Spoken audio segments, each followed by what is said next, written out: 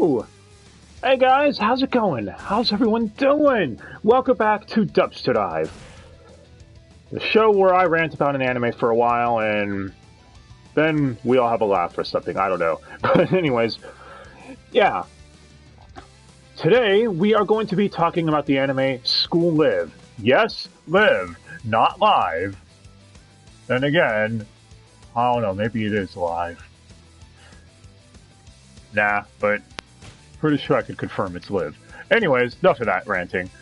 So, School Live is a pseudo-horror anime. We'll get to that.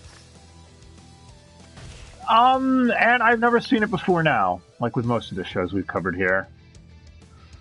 So, School Live is a manga written by Normitsu Kaiho and illustrated by Sadaru Chiba, and started in May of 2012 with an anime by Lurch, if that is how you pronounce that, the same people behind Assassination Classroom and the Danganronpa anime, that aired from July to September of 2015, with Sentai putting out their own English dub of it in 2017.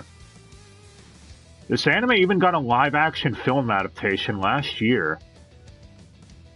So what is School Live? Well, it follows the school life club and their everyday living at a school. And for some reason, they're not allowed to leave the school. I'd go into more detail on that, but that's one of the show's twists. And this show is, well, it's kind of built on being able to watch it and experience the twists for yourself. So I can't get much deeper than that without spoiling anything. Moving on from that, we have the animation, which, from what I've heard from people, is pretty decent. Other than the 3D models it tries using, which I heard do not mesh very well. As far as the soundtrack, well, it's there. That's about all I could say about it. Nothing terrible about the soundtrack, but you know. Moving in from that, we're finally at Dubster Dive. Yeah, this one's not going to be very long because, again, I can't go into much of the show without being in the spoiler section, because ask anyone who's seen this anime, you can't really delve much into it because this whole show is revolving around the, well, plot twist it tries throwing at you. So, first, let's start with our main character in this English dub, voiced by Brittany Karbowski. She voices Yuki.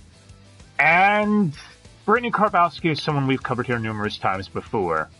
You know, Wendy from Fairy Tail, Rimuru from That Time I Got Reincarnated as a Slime. She's been in a crap ton of roles. She was also in Campione. Oh, no, not that anime.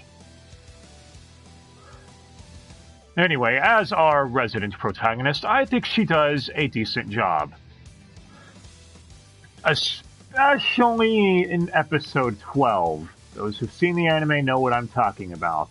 I feel she really brought her A game in the final moments of the anime. Particularly the whole final episode itself. After her, we have the next member of the School Life Club, or School Living Club, I guess, if you're going full Weebanese. Next member is Kurumi, voiced by Juliette Simmons. Hey, she was in Food Wars, that's cool. And I think she did alright. Again, I still think Brittany Karbowski stole the show, but for what Juliette Simmons was given, she did alright here as Kurumi. After her, we have Yuri. Yes, we have Yuki and Yuri. Okay then. Voiced by Lucy Christian, who I'm sure needs no explanation at this point, or introduction. That's the word, introduction. Yeah, need to learn to talk. Lucy Christian is the voice of Hestia from Don Machi, or is it Long to Pick Up Girls in a Dungeon? Uraraka from My Hero Academia, as well as many, many others. And anyone who's seen a Sentai dub before, I'm pretty sure has heard her at some point. Come on now. This woman is known for Sentai. And again, another decent job.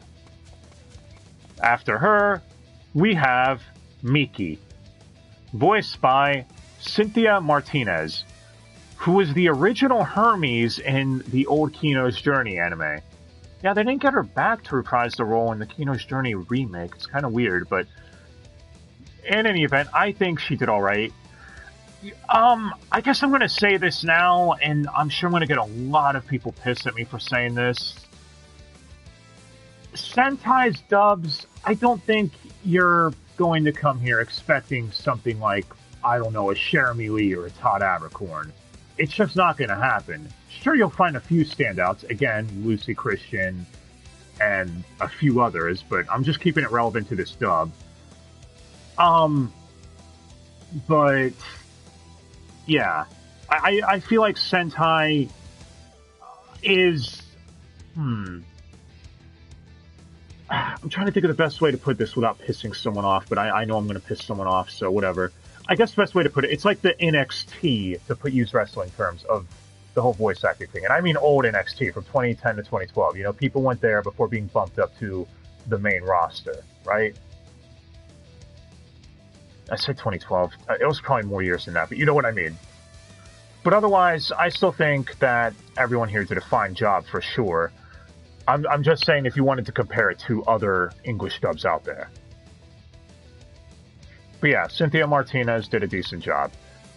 After her, we have Megami, who's the teacher of the group. Or club advisor, I guess? Voiced by Stephanie Whittles. Hey, someone else who was in Food Wars. That's cool. And she did fine. I think some of the scenes she was in, she actually did a really good job with. So, more power to her, I guess. The final main we have is Toromaru, who's the dog. Yes, this show actually is a pet doggo, and that's kind of cool. Voiced by, well, speaking of voice actors I feel really stand out at Sentai, Tiffany Grant. Or the only Asuka from Evangelion that matters. Yeah. Anyone who knows me knows I prefer the old dub for Evangellyfish, as some people call it. And, I mean, she got to make dog noises in this dub, you know, bark and everything, so I guess she did good at that. I don't know what else to say. She voiced a fucking dog. As far as who the ADR director was, I was unable to find that, and whenever typing in School Live English dub ADR director, Sentai or whatever, I kept getting Jamie Markey, which just, ugh. And 2, I doubt that's right. But who knows? As far as the scripting goes, I mean, it's Sentai. There were a few times that they kept calling Toromaru. Like, they couldn't get the pronunciation right. If you listen closely, you'll notice it. There's a few instances of that. Again, like, Sentai, why do you suck? No, but other than that, I feel this dub script was better than some of their other ones that have been memed to death. You know, just a few mispronunciations here or there. And I'm pretty sure in one of the previews, when it said next time on School Live, they said School Live, you know, as in S-L-O-O-L. I even went back and checked, and yeah, that's what it sounded like. I don't know. Sentai, check your shit, yo. But as far as breaking everything down with this anime, you know, without going into spoilers, I'm giving this anime a C for cuck. It's right in the middle for me. The show I'm glad I watched, but I doubt I'm ever going back to it again. That being said, I do think people should at least watch it once, because I know this anime has a lot of fans that really do love it, and who knows? If you haven't seen it before, maybe you'll fall into that camp. Now it's time for spoilers, and the reason why I graded this anime as low as I did. Which, those who've seen this anime probably know where I'm going with this. Firstly, let's talk about the spoilers. Yuki is one of the most infuriating characters I've had to deal with for a while. I understand what they were going for, but let me explain. So, The anime is in a post-apocalyptic setting, right? There are zombies out there in the real world, which is why they're stuck in the school. It's basically meant to be a shelter, kind of like, yeah. Anything else you've seen with this type of setting? So, Yuki is sort of in denial, trying to pretend nothing bad is going on and that the school is alright. And at first, it's like, okay, they're trying to do a whole psychological thing where, every other club member is trying to protect her psyche so she doesn't break, because they need her to be all happies and smiles, so that way they have it all in their heads that things aren't as bad as they are. Because if Yuki stops smiling, then everyone else will be depressed. But at the end of the day, it just got really jarring when we kept going from comedic episodes to really dark horror. And not in a way that felt natural. It was really tonal whiplash throughout. And I just couldn't wait the whole anime for Yuki to get bitch slapped in the face by reality that no, things are not okay. Things are messed up. That being said, I did like how they handled the situation with Megami, the teacher. How only Yuki could interact with her. Because Megami is, well, she's dead. And Yuki created her in her mind that she's still alive. I thought that was cool. As far as the other club members, they all did get their own distinct personalities and a decent amount of development. Kurumi and Yuri's situation, though, I thought could have been handled a little better. It should be noted that this anime's predictable subtleties, like, it tries to win foreshadowing, but it's as subtle as a kick in the nuts. And it becomes to the point where it's like, wow, you're literally just predicting the rest of the anime for us, aren't you? So, here's the example. Kurumi says to Yuri, if I ever get infected and look like I'm about to turn into one of those things, you need to put me out of my misery, etc. Guess what happens a couple of episodes later? Oh no, Kurumi gets infected and Yuri has to face a difficult decision of potentially having to put her down. The same thing literally happens when Miki is talking to one of the club members and says she's reading a book where, a bunch of students or people go on a journey together with a pet dog, but the dog doesn't make it. Oh no, the dog didn't make it in the anime a couple of episodes later. Guys, there's foreshadowing and then there's that. Let me pose this scenario to you. Wouldn't it be more powerful if instead of Kurumi getting infected, like she was saying, it was Yuri who got infected? And Kurumi had to instead face the situation. She was saying, hey, you better not let me live as one of those zombie monsters, right? But instead it was flipped around, so now she has to see what it's like to be in that position, and she has to be the one to potentially put down her friend instead.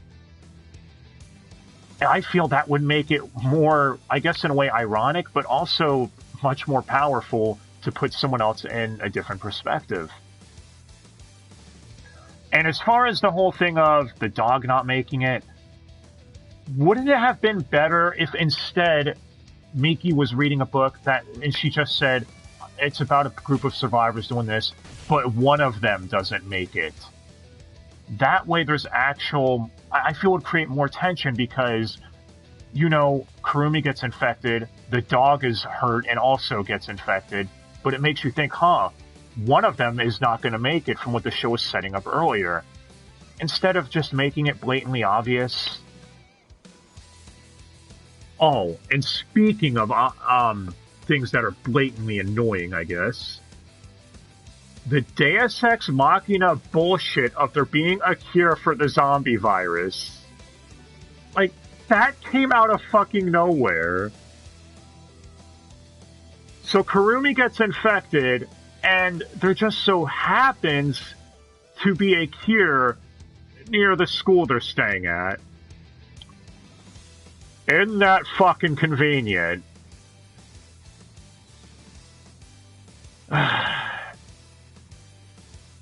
Look, despite me bitching, I did still enjoy the show. Because again, I thought the twist, like with Megami and being a figment of Yuki's imagination, were well handled. It's just there were a lot of things that dragged this down for me. And I feel if they had to go with Kurumi getting infected, she should have actually died, and let me explain why. Wouldn't it have been more powerful if all the people pretending for Yuki's sake, oh, we're gonna pretend that Megumi's alive for Yuki so that way, her smile doesn't fade. But then they would know what it's like if Kurumi died, and let's say Yuri started imagining Kurumi was still there as a ghost friend, or whatever you want to call it. There's a lot that I feel could have propelled this anime from just being painfully average in my mind to really well handled and written. But that's just my opinion, like I said, as all these videos have established and everything. I still think this anime is worth watching at least once, and I'm glad I checked it out. But as a horror anime, I feel there are far better ones out there. So, sticking with my grade of a C. Glad I watched it, but doubt I'm ever going to come back to it. Now, that being said, if they make a season 2, which to my knowledge there's no word on if that is coming or not, I'd go back and check it out. Thank you all so much for watching, though. What did you all think of School Live? Oh, forgot to prove why, it's called that. So I guess I should do that real quick. Well, the only thing I have to go off of is the episode previews, where in each one it's a different character saying next time on School Live, and it's about them living at the school, not live. Because live is like a performance, like Love Live, or, yeah, man, it's gonna be live tonight, man. Yeah, it's not like that. So, pretty sure it's meant to be School Live. Anyways, let me know what you all thought of this anime. Did you like it? Did you hate it? Do you hate me for shitting on it? I don't know. But thank you all so much for watching, and I hope you all enjoyed. And if you have any other shows you'd like to recommend, just let me know down below, and maybe we'll cover it at some point. Till next time, guys. Thanks again.